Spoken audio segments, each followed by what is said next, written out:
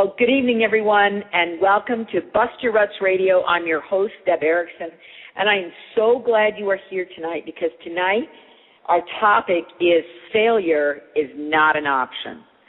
So let me tell you exactly what that comes from. You guys remember the movie Apollo 13? So it was one of those movies that the first time I saw it, I was so captivated by it. I think I watched it 3 or 4 or 5 times. It's one of those movies that grabs you, and one of the key phrases or the key themes is this failure is not an option. So if you've never seen it, I want to tell you a little bit about the movie because it sets up some key points that I want to make tonight. First of all, let me start by telling you this.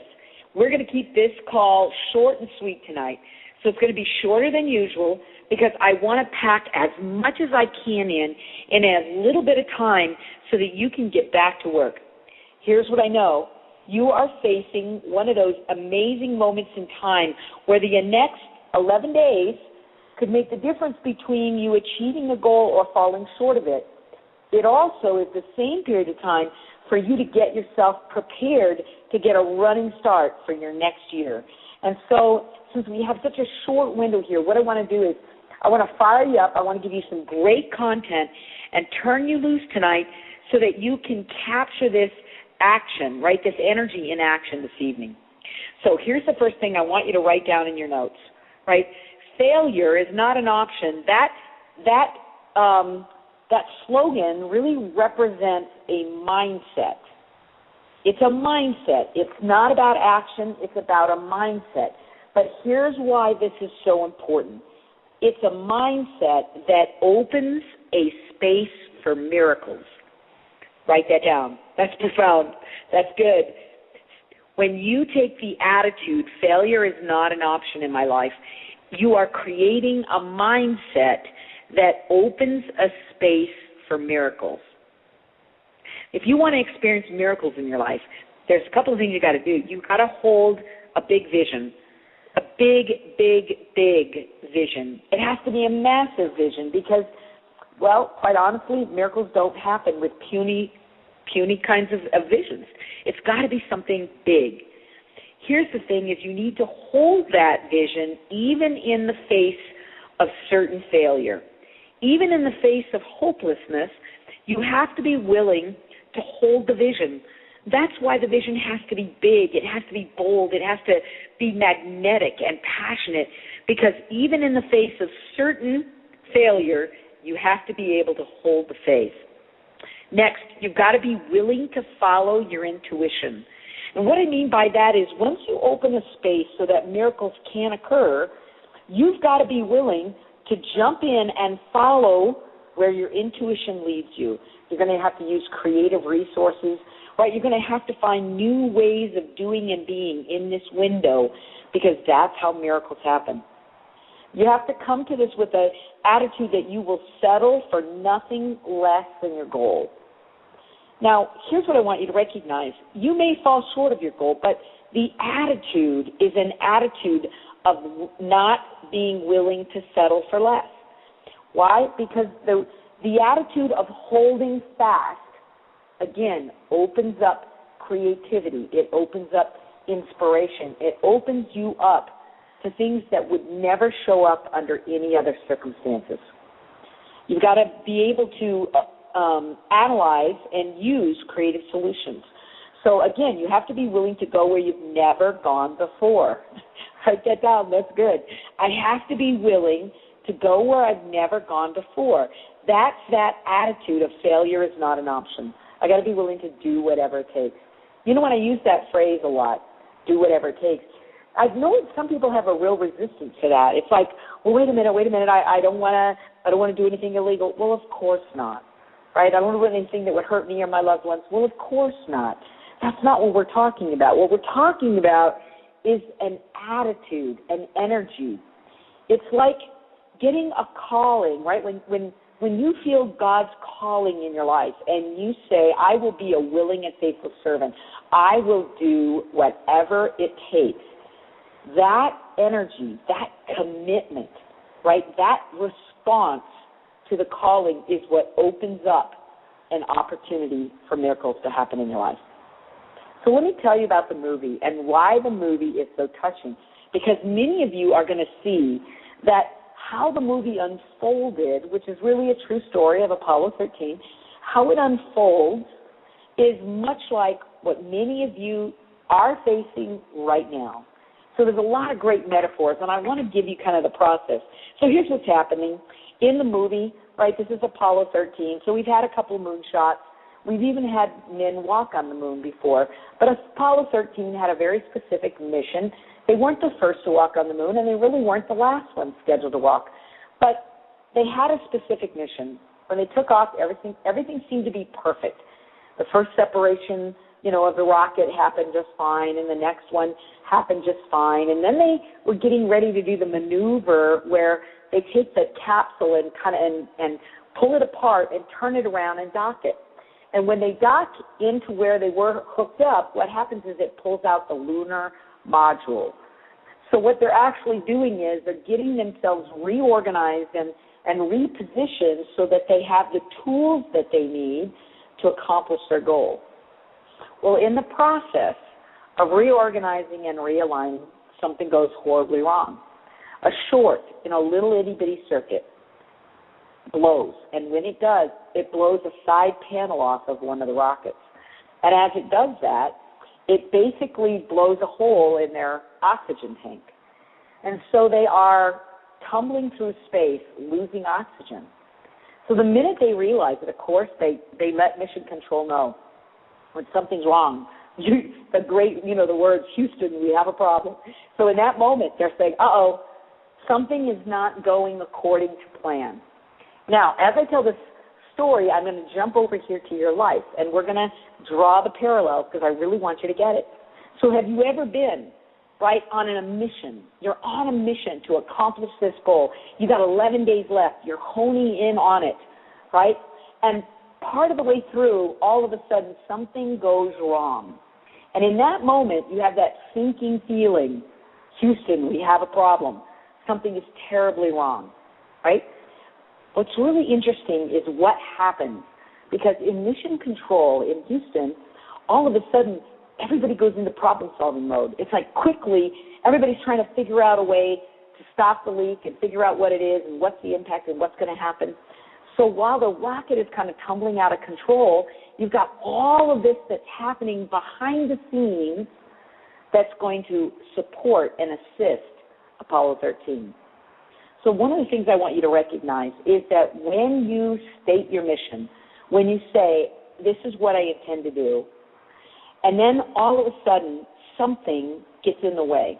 Somebody sends back their order, or somebody doesn't sign up that says they're going to sign up, or something that wasn't a part of the plan happens, and you have that sinking feeling, something's going wrong, and it feels like you're tumbling out of control. I want you to remember that somewhere there is Mission Control.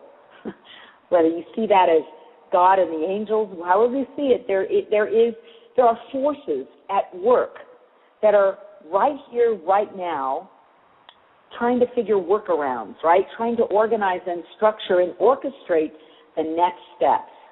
And if you can remain calm in the moment and allow things to unfold, amazing miracles can unfold for you. So just like in the movie, what happens is the guys in the capsule, they're sitting. They just have to trust and have faith that Mission Control will solve the problems. Well, what's really interesting is Mission Control freaks out a little bit. Some of them do. Some of the operators, some of the computer techs, some of the guys start getting pretty scared. And what happens is the commander, the guy that's running the show, tells everybody to calm down. It's like he's telling them, take a breath, calm down, right? And then he starts literally going through system by system by system, what's working, what do we need to do. So he's evaluating the process. Now look at how powerful this is. In the moment of crisis, if you could stop and breathe and become aware and evaluate what is working, evaluate what you need to do. So what's happening from this perspective is this very calm commander of ground forces here, right? What he does is he's breathing. He's asking everybody to remain calm, and he literally kind of goes through a checklist and allows everybody to report in until it's obvious what the next step is. So when you're on track for your goal and then something goes wrong, take a breath, right? Evaluate all the things that are working well, all the things that are going right, and know that in the evaluation process, a solution will come to the surface. Does that make sense? You guys kind of see how that, he makes a space and a solution comes up. What's fascinating about the storyline is it wasn't just one thing that happened. It wasn't just the panels. It was a litany of things that occurred. One created the next, created the next, created the next. So the second thing that happened is that they had to decide very, very quickly, they had to make a decision and that they would shut down all the power. And when they shut down all the power, all of a sudden, now these guys are flying blind. They're in a cold capsule in the middle of space. They're in a tin can, right? They had to shut down the power. Well, once they shut down the power, now they have a problem of how are they going to power it back up? What are the systems they have to use? How much juice will they have when the whole thing's over? But then that wasn't the last thing. Then the next thing that came along was the fact that here you had three guys breathing in what little oxygen there was, and as they were breathing out the carbon dioxide was filling up. In other words, the systems that would have filtered it had been shut down. Now they have a life and death situation that has to do with the carbon dioxide. But that's not the end of it. They have to also fire up the engines to realign themselves so that they can land. But they have no controls. If they fire themselves up and they're headed in the wrong direction, they'll end up wandering in space for the rest of their lives. Can you see that what would happen is, literally in the movie, it was like one crisis after another crisis after another crisis. But here's what I want you to understand. What was really amazing is at one point, the commander brings everybody into a control center. And he says, okay, what's the issue? What are our concerns? And one after another, the system people would show up and say, it's this problem, it's this problem, it's this problem, it's this problem. But here's what he did, right? He said, obviously, our whole bottom line is we have to get these guys back alive. So the first thing he did was he changed the mission, right? He changed the mission. The reason I'm telling you that is there are times when you've headed off in one direction and you've given it everything you've got, but something occurs in the process that was unexpected. And in that moment, you breathe, you consider your resources, you evaluate the process, but at some point in time, you have to decide, do I need a course correction? Do I need a new mission? Can I stay with this one or do I need a new one? Well, obviously, their original mission was to get these guys to walk on the moon. Well, at this point, it wasn't about them walking on the moon. It was about getting them back safely. So they changed the perspective a little bit. But here's what happened. When they started talking about getting these guys safely back to Earth, what came up in the discussion was, there's no way we can do it. There's no way we can get them back. The oxygen isn't going to last. There's not going to be enough energy. The carbon dioxide is going to kill them. So there was issue after issue after issue that would have killed off those astronauts. And every single person in that room doubted the ability of the new mission, which was to get them back alive. Everyone except the commander. And what did he say? He said, guys, do whatever you have to do, right? We will stop at nothing because failure is not an option. We will bring them home. Well, here's what's happening. After he made that bold statement, kind of the center of the movie, was this statement of the commander that refused to lose. He refused to allow anybody to accept failure. Something shifted. It was a mindset shift. Because before that, they were all talking about what was going wrong and what was going to happen and how it wasn't going to work. But with the shift of we will not give up, right? We refuse to lose. In that moment, all of a sudden, it opened up the space that now the idea was they had to solve the problem about how the astronauts were going to get home. Now, notice the difference. Because before, the discussion was they're not going to make it. And here's all the reasons why. So in other words, we start with an assumption they're going to die. Here's all the reasons why they're going to die. Now we have a new assumption, which is they're going to come home. Now what we need to do is turn our mental energy, our faith, our expectation, our excitement, our motivation towards solving that vision, right? Making sure that happens. Opening the space for a miracle to happen. What's really amazing is the story is literally a litany of challenges, all of which threaten their lives, and a series of miracles, all of which were part of the mosaic that saved their lives. It's amazing because one man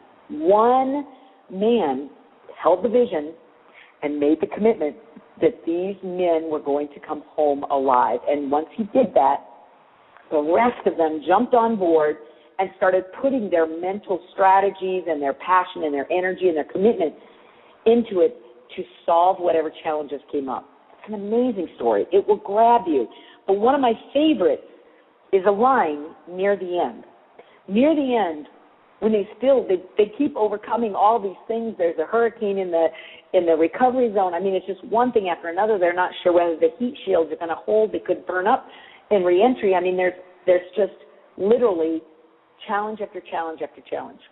They're standing in the control center, and this guy that's one of the reporters shows up, and he said, he's talking to one of the head people, but not the commander, one of the head people, and he says, I'm really concerned about what this is going to do to the space, the space program.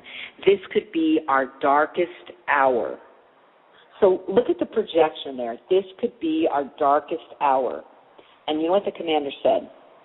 The commander said, absolutely not. This will be our finest hour. This will be the shining light. This will be the moment that turns the space program around. In other words, his attitude, right, that he refused to allow this to go down any other way than for it to be the finest hour that they had, right? He wasn't going to let anything else happen except that. And his commitment to that orchestrated all the miracles that occurred. So let me ask you this. What role are you playing in your business? Are you the doubting mind that as you get closer and closer to the end, you go, oh, I really wanted it, but it's just not going to happen? Or are you that commander that says, I refuse to lose? Failure is not an option. I'm going to open up the space so that miracles can occur. I'm going to hold my faith and my belief in that arena that says something amazing is about to happen. This is going to be my finest hour. This will be the moment that defines my career. See, when you're willing to make that proclamation before you know the outcome, well, miracles do occur. Now, sometimes the miracles that occur is that you hit your goal. Sometimes the miracles that occur is that even if you miss your goal, you so shift your attitude and energy that amazing things happen in the process. Miracles occur. You meet people. You bring them on board. You begin to create a movement. You create some momentum. In other words, if you're willing to adopt the mindset and the attitude that failure's not an option, that you will live your dreams, if you're willing to adopt that, number one, there's a really good chance that you could hit your goal by the end of this 11 days. But you know what? Even if you miss that goal, you have opened up the possibility that miracles could occur. And so how you look at the next 11 days is critical. Do you look at it and say, mission impossible? Or do you look at it and say, I don't care what the result is. What I care is about what my attitude is, what my energy is, because how I finish this race, how I finish these 11 days sets up the beginning of the most important year in my Mary Kay career. You know that, right? You know that next year is the most important year in your Mary Kay career. Why? Because next year is the 50th anniversary. It's the 50th celebration of this amazing organization that you're a part of. And I know each and every one of you have a vision of where you want to be at the close of the year next year. And so guess what? You have a year and 11 days. A year and 11 days to make miracles happen. And it starts with this 11 days. It starts with 11 days where you are willing to, every single morning as you get up, put yourself in that mindset that says failure is not an option. I will do whatever it takes. Open yourself up to miracles and then respond, right? Respond. Get into action. Follow your intuition, inspiration. Start creating the energy and the momentum. Get yourself moving. See, when you open up the possibility of miracles, and then you become a faithful servant in your actions, right? You respond as the inspiration comes, you respond.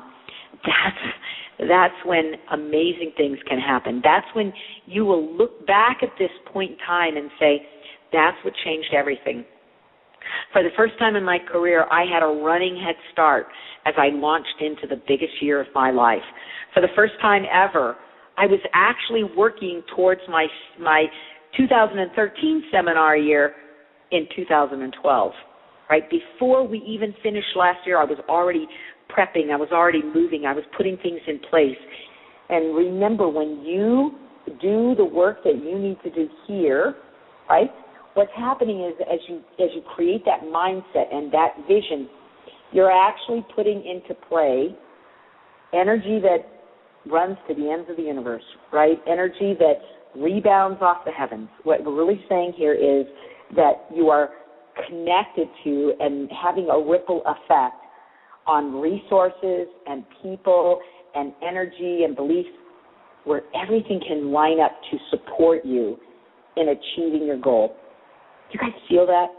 Do you feel the power of what you're engaged in? So I don't really care if you're pushing hard to finish or you're pushing hard to start. Here's the thing. We want to open a door and allow miracles to happen. And the only way to be able to do that is you must set a glorious goal. You've got to be willing to do whatever it takes.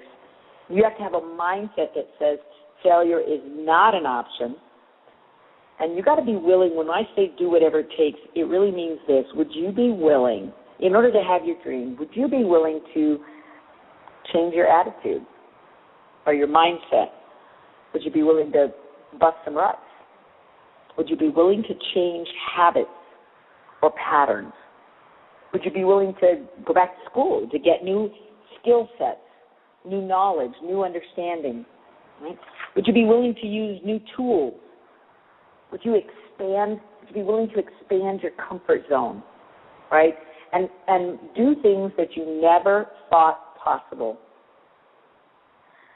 One of my favorite lines from the movie is when they're trying to solve some problems. The commanders, everybody's saying, oh, this is not built for that and it's not built for this and, you know, it can't do this and it can't do that. They were trying to find creative solutions. And he said, I don't care what it was built for. What I care is what can it do? And so I ask you this tonight, right? I don't care what your belief is about what's possible. I don't care what your past history is on how many things you've tried. I don't even care whether or not the next 11 days brings you success at a goal or, quote, unquote, failure to reach a goal. What I do care about is what is your mindset, what is your attitude, what is your belief system about what's next. See, if you use this energy to launch what's coming next, then truly failure will never be an option in your life. That mindset will take you anywhere you want to go.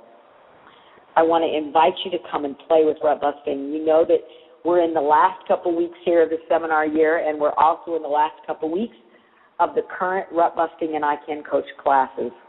And that means July 1st, we start up brand new groups, brand new classes, brand new programs, and brand new pricing.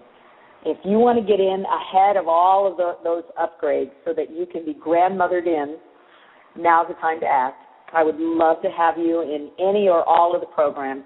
And if you go to www.bustmyruts.com, that's bustmyruts.com, you could take a free quiz to see where your attitude is. You can join the rut busting program for women, and you can also join I Can Coach, which teaches you how to be a great coach.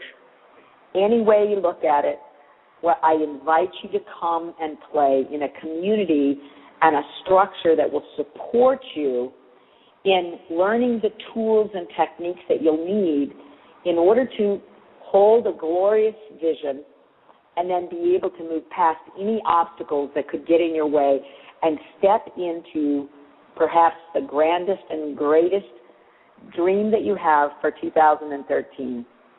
I love you guys. I cannot wait to work with you. Have a wonderful 11 days. I'm holding the vision of you stepping into it with grace and glory and most definitely miracles. Keep busting those ruts. We'll talk to you in 2 weeks. Bye-bye.